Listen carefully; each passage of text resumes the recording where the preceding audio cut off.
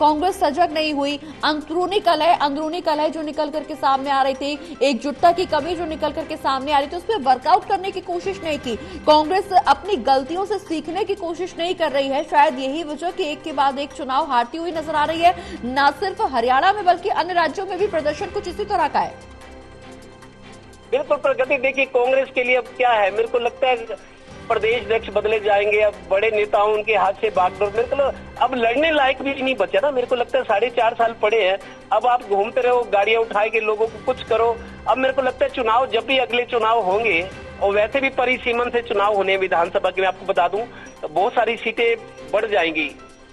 करीब 2 दर्जन से ज्यादा सीटें हरियाणा में भी विधानसभा की बढ़ रही है। नए नए क्षेत्र बनेंगे, नई व्यू रचना, नया जोश पैदा करना पड़ेगा, नई प्लानिंग, रणनीति। मेरे को लगता है सब कुछ अब कांग्रेस को लिए नया होना चाहिए। ये पुरानी पैकिंग नहीं चल सकती। जिस तरीके से बीजेपी इतनी मजबूत हो गई है कि कांग्रेस ध्वस्त हो गई, टोटल डेमोलिशन जिसको कहेंगे, पूरी तरह ध्वस्त है। अगर उसमें अब जान डालनी है तो बहुत कुछ ओवरहोलिंग की जरूरत है। सब पुर्जे बदलने पड़ेंगे, तेल बदलना पड़ेगा, स्टीयरिंग, सब कुछ दिशाएं और नए रास्ते बनाने पड़ेंगे। कांग्रेस अभी बच सकती है।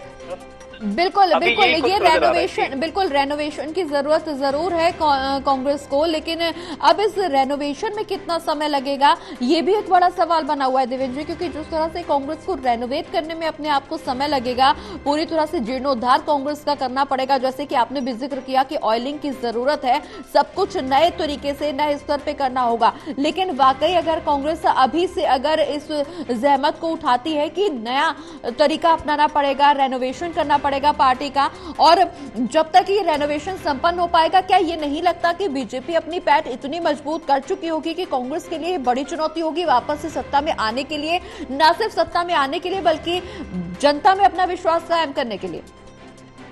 देखिए प्रगति, हमें याद रखना होगा, एक गुड्डी होती है, गुड्डी हम पतंग को कहते हैं, हरियाणा में बोलते हैं, अक्सर बुजुर्ग लोग बोलते हैं कि गुड्डी जब जितनी ऊपर चली जाए एक बार तो उसको नीचे आना ही होता है। जो पतंग होती है, कितनी आसमान को भले ही चूम ले लेकिन पतंग को नीचे तो आना ही होता है। हमने इंदिरा गांधी के टाइम देखा, लोग कहते थे इंदिरा गांधी की दुनिया में लोह महिला, आयरन लेडी जानी जाती थी। इंदिरा गांधी कहते हैं आयरन लेडी, पूरी देश दुनिया में, जो जैसे आज मोदी जी की धमक है देश दुनिया में, वैसे कभी इंदिरा गांधी की थी। लेकिन लोग कहते थे कि देश India is Indira is India, ये कहा करते थे। लेकिन इंदिरा गांधी भी चुनाव हारी, जेल तक गई, उसको जेल की सजा हुई इंदिरा गांधी को, लेकिन इंदिरा गांधी ने वापसी की थी। तो संभावनाएं हमेशा बनी रहती है, लेकिन वक्त होता है। अब देखिए, अब ये नहीं कह सकते कि 50 साल तक कोई एक सरकार रह सकती है। ठीक है, गुजरात में, अभी हरियाणा में जब तीसरी बार सरकार बनी, कृष्णलाल पवार, कुछ और नेता कह रहे थे टोटल टीवी के इंटरव्यू में कि 5 बार गुजरात में सरकार आई है, यहाँ तीसरी बार हरियाणा में, यहाँ भी 5 बार आएगी। मतलब ये बातें करके विपक्ष के हौसले पूरी तरह से पस्त करना चाहते हैं बीजेपी के नेता।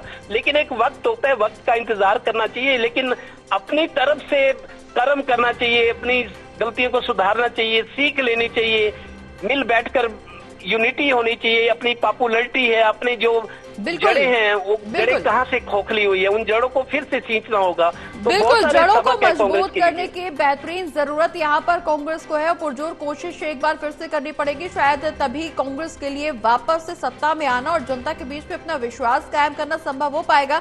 आप नजर बनाए रखिए देवेंद्र जी, पूरी खबर पर हम फिर लौटेंगे आपके पास, फिर तमाम जगहों की स्थिति का आकलन करेंगे और जानने की कोशिश करेंगे कि आखिर कांग्रेस में क्या कुछ कमी जिसकी वजह से बीजेपी को बढ़त मिल रही है, या फिर बीजेपी की एक के बाद एक माइक्रो मैनेजमेंट की जो तकनीक है, जो स्ट्रेटेजी है, वो कारगर साबित हो रही है, असरदार साबित हो रही है। इस पर भी समीक्षा करेंगे। लेकिन हमारे साथ इस बीच असिस्टेंट एडिटर लेफ्टिनेंट कानपाल जी जुड़े हुए। ललित जी, जिस तरह से कई जगहों पर कांग्रेस की स्थिति कमजोर नजर आ रही है, बीजेपी दिन पर दिन बेहतरीन प्रदर्शन कर रही है, निकाय चुनाव में भी यही तस्वीरें निकल करके सामने आ रही है। मेयर पद का अगर हम जिक्र करें तो 9 जगहों पर बीजेपी जीत के जो दावे हैं वो हकीकत में तब्दील हो रहे हैं बीजेपी के। इसके अलावा एक जगह ऐसी जहां पर अदर्स की दावेदारी है, कांग्रेस का कहीं पर भी खाता मेयर उम्मीदवार के तौर पर नहीं खुलता हुआ नजर आ रहा है।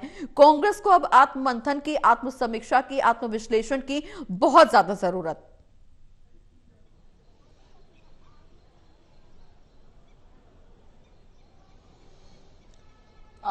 प्रगति, अभी आप चर्चा कर रही थी मेरे सीनियर देवेंद्र कथोरिया जी से कि ऑयलिंग की जरूरत है, गियर चेंज करने की जरूरत है।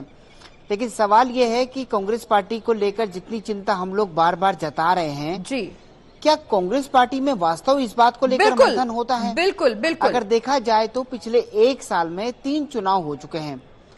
3 चुनाव हो चुके हैं, लोकसभा का चुनाव हो चुका है, विधानसभा का चुनाव हो चुका है और अब ये नगर निगम का चुनाव हो रहा है। बिल्कुल। इन 3 चुनाव में हम लगातार जो है कोशिश, हम ये बात कहते हैं कि कांग्रेस में परिवर्तन की जरूरत है, लेकिन अब आप सोचिए हमारे 3 चुनाव में लगातार ये विश्लेषण के बावजूद स्थिति ये है कि कांग्रेस पार्टी अपना नेता विपक्ष नहीं चुन पा रही है। बिल्कुल।